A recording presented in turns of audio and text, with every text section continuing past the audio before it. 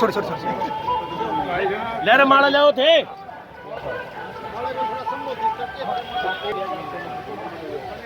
अब की बात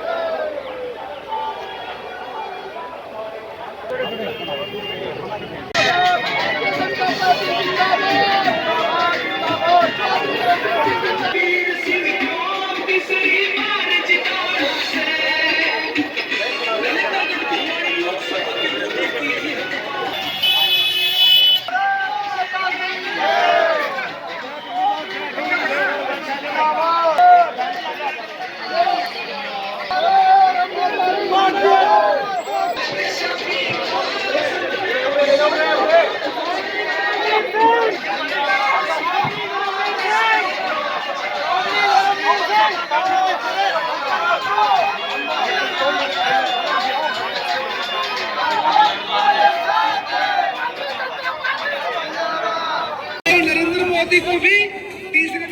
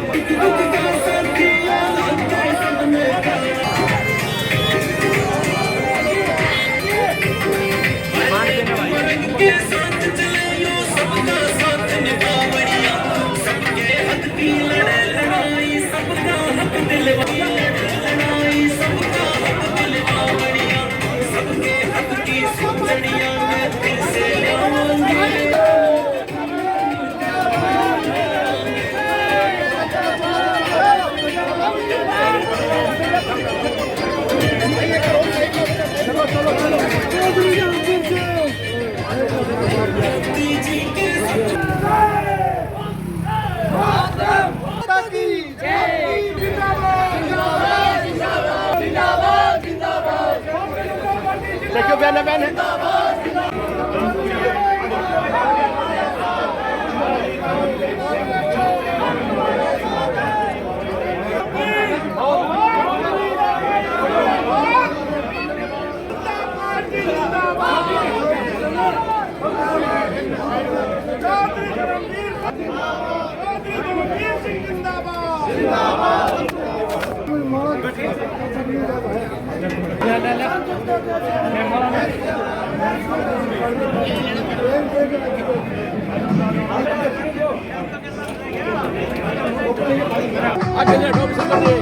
मैं नहीं कोई और से पैसे को लोगों के लिए लावेगा, यो खुद भी ना खावेगा, ना किसे तखावन देगा। एक भ्रष्टाचारी से चौधरी धर्मधर हर सही ठिकाना ठोर से, चौधरी धर्मधर हर सही ठिकाना ठोर से, काम का बटन दबाड़ टक्कर में नहीं कोई। जिंदाबाद जिंदाबाद जिंदाबाद नरेंद्र मोदी जिंदाबाद जिंदाबाद जिंदाबाद साइड हो जाओ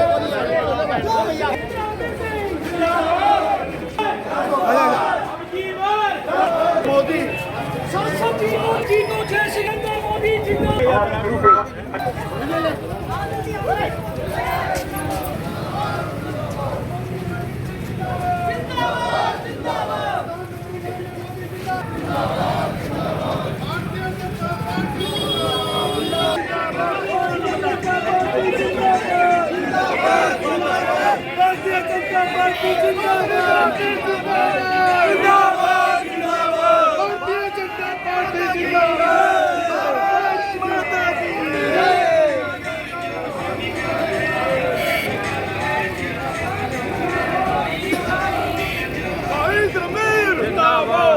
साढ़े 500 लाख से कम होने जा रहा है।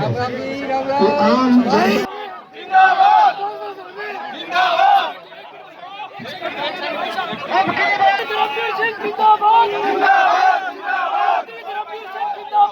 जिंदाबाद हमारे भाई साहब की आयु है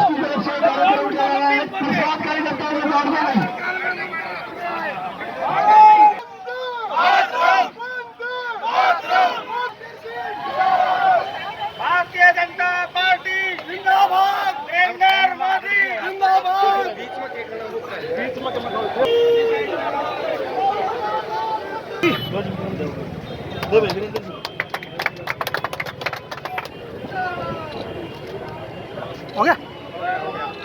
ओके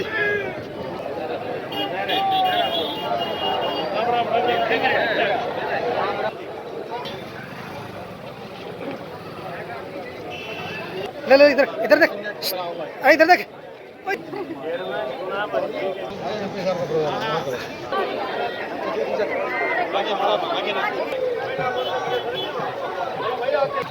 भाई साहब हम मर दो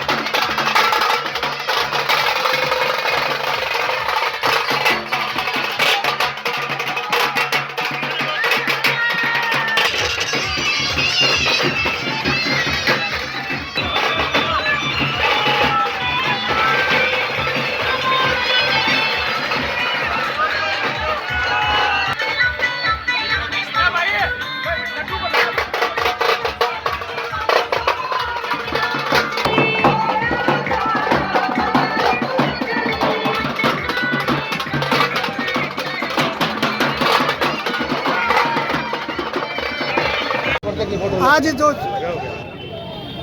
आज सही मायने में आज हमने चुनाव प्रचार शुरू किया है और भिवानी शहर से किया है। भिवानी शहर से भी हमने कल, क्योंकि महाराणा प्रताप जयंती थी और वो एक ऐसे योद्धा थे जिन्होंने इस देश के अंदर बाहरी आक्रमणकारियों के लिए इस देश की रक्षा सुरक्षा करने में सबसे बड़ा योगदान है। उसी का प्रण देते हुए हम यहाँ से मेरा साहब की मूर्ति पर फूल चढ़ाएंगे और उसके बाद जो आखा तीज है, आखा तीज आप समझते होंगे नहीं? अक्षय तृतीया आखा तीज तो ही हम परशुराम जयंती मनाते हैं।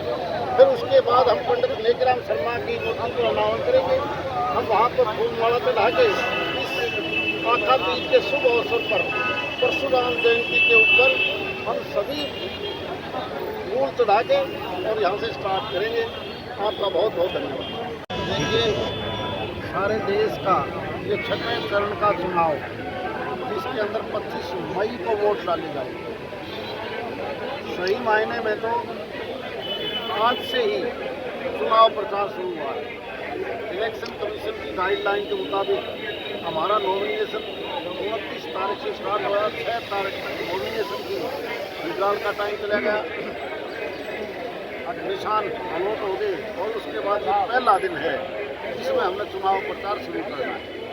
और हम ऐसे स्थान पर हमारे महापुरुषों के स्टेचू के ऊपर फूल मालाएं चढ़ाकर, अगर लीगली आप देखोगे तो आज हम चुनाव प्रचार शुरू कर रहे हैं। आज पहला चुनाव प्रचार हम यहीं से पंडित लेखराम शर्मा, जिसको बहुत बड़े स्वतंत्रता सेनानी थे, अभी आपके सामने जिस पार्क में हम बैठे हैं, यानी हम हर उन स्वतंत्रता सेनानियों के लिए जो एक रोड है जिसमें महाराणा प्रताप का भी बड़ा स्टेचू है, मदन लाल जी टिकटा साहब का स्टेचू है, बाबा भीमराव अम्बेडकर का स्टेचू है, ये वो स्वतंत्रता सेनानी है जिन्होंने इस देश की आज़ादी में बहुत बड़ी भूमिका न केवल निभाई बल्कि देश को आज़ाद किया। सर क्या इस देश की मजबूती के लिए आज केवल और केवल भारतीय जनता पार्टी ही सक्षम है। दूसरी छोटी छोटी पार्टियां तो केवल क्षेत्र को, धर्म को, जाति को बांट के वोट लेने की राजनीति करती हैं। वो केवल सरकार चलाती है जोड़ तोड़ से। भारतीय जनता पार्टी देश चलाना चाहती है। तो देश आगे कैसे बढ़े, देश मजबूत कैसे हो, यही प्रण लेके आज हम ये चुनाव स्टार्ट कर रहे हैं। आज दुनिया की तरफ नज़र मारोगे तो बहुत से देशों में टकराव है। यूक्रेन जैसे देश का बुरा हाल हो गया, अफगानिस्तान में देखोगे, पाकिस्तान में देखोगे, दुनिया की कई देश आपस में झगड़ा कर रहे हैं। हमें बहुत अरसे के बाद एक नरेंद्र मोदी जैसी बड़ी शख्सियत मिली है और हम भी चाहता है, ये देश भी चाहता है कि हम विकसित देश की श्रेणी में शामिल हों। हमारे से चीन 2 साल बाद में आज़ादी मिली, वो आगे निकल गए, हम पीछे रहे। हमने, हमारे पुराने नेताओं ने सिर्फ सरकार चलाई जोड़ तोड़ करके। मोदी जी ये नहीं चाहते और देश का आम मतदाता ये चाहता है कि पहले देश मजबूत हो।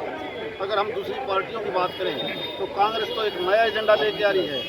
उत्तर भारत का अलग देश बना दो, दक्षिण का अलग बना दो, पश्चिम का अलग बना दो। अगर इस प्रकार से देश बट गया तो देश कहाँ रहेगा? हम हज़ारों साल गुलाम इसी कारण तो रहे। अब हमें गुलामी नहीं चाहिए, बल्कि हमें आगे बढ़ना है। देश का आम युवा मतदाता, सारे का सारा 80 करोड़ मतदाता ये चाहता है कि देश मजबूत हो और वो केवल नरेंद्र मोदी के हाथ में हो सकता है। आज हमारे भिवानी क्षेत्र के सारे भारतीय जनता पार्टी के कार्यकर्ता हमारे जो प्रत्याशी लोकसभा के इसके समर्थन में बाजार में जाकर के, हर दुकान पर जाकर के हाथ जोड़ के वोट का फैसला करेंगे। और हमारे भारतीय जनता पार्टी की यही नीति है कि घर घर जाकर के मतदाता से हाथ जोड़ें, बताएं, इसको करें। और ये हज़ारों की संख्या में कार्यकर्ता इकट्ठे हुए हैं। अब हम यहाँ से शुरू होने वाले हैं, हर बाजार का दौरा करेंगे, हर दुकानदार से प्रार्थना करेंगे, हर शहरी से प्रार्थना करेंगे कि जिस तरह से देश में मोदी जी ने काम किया, जिस तरह से देश का प्रभुत्व बढ़ा, GDP बढ़ रही है, GST बढ़ रहा है, इंफ्रास्ट्रक्चर के काम हो रहे हैं, बगैर भेदभाव के नौकरियाँ मिल रही हैं। तो दोबारा से 2 बार पहले बने हैं, तीसरी बार से बना। सब किन मुद्दों को लेकर के आप जनता के बीच में जा रहे हैं? मुद्दे ये है कि 50-55 साल में कांग्रेस को देखा है, मिली सरकारों को भी देखा है और इन 10 साल की हमारी उपलब्धियाँ देखी हैं। जो संकट का टाइम था, कोरोना की बीमारी थी, उसके बावजूद किस तरह से देश को आगे बढ़ाया है। 80 करोड़ लोगों को घर बैठे खाना भी दे रहे हैं, वैक्सीन भी लगाई है और प्रगति भी की है। लोग समझते हैं कि किस तरह से 50 साल तक कश्मीर में क्या हाल होता था, सैनिकों को पत्थर मारे जाते थे और डराते थे हमें कि खून की नदियाँ बह जाएंगी, लोगों को हाथ लगाएगा। और आज जो सारी दुनिया कोई भी फैसला लेती है तो हमारे मोदी जी के बगैर नहीं होता। देश का नाम बढ़ रहा है, देश आगे बढ़ रहा है। दूसरी तरफ देखते हैं विपक्षी गठबंधन में वो बगैर दुल्हे की बारात है, उनके पास कोई कैंडिडेट तो है नहीं। वो लोगों को गुमराह कर रहे हैं कि पहले हमें बहुमत दें, फिर हम फैसला करेंगे 6-6 महीने किसको प्रधानमंत्री बनाना है। तो जनता ऐसा फैसला देगी नहीं, जनता उनको रिजेक्ट करती है। ऐसा है, भूपेंद्र हुड्डा जी या और कुछ लोग ऐसे समझते हैं कि उनके परिवार से बाहर का कुछ सीएम उनको अच्छा नहीं लगता। गरीब घर का सीएम, बैकवर्ड समाज का सीएम या कमजोर समाज का सीएम उनको अच्छा नहीं लगता। वो समझते हैं कि इस पद पर उन्हीं का अधिकार है। वो समझते हैं कि देश के प्रधानमंत्री पद पर गांधी फैमिली का अधिकार है। लेकिन लोकतंत्र की खूबी ये है कि जिसके साथ जनता ज़्यादा होगी उसी को आशीर्वाद मिलता है। सर हरियाणा की तो ऐसा है कि अखबारों में खबर छपाते हैं, अगर उनके पास 46 MLA हैं तो गवर्नर साहब का एड्रेस मैं दे देता हूँ राजभवन का, वहाँ जाकर पेश करें। गवर्नर साहब अपने आप कहेंगे विधानसभा कैसे बुलाएंगे। तो हाँ, उनके पास 46 MLA आप पत्रकारों के सामने साथ लेके जाकर के गवर्नर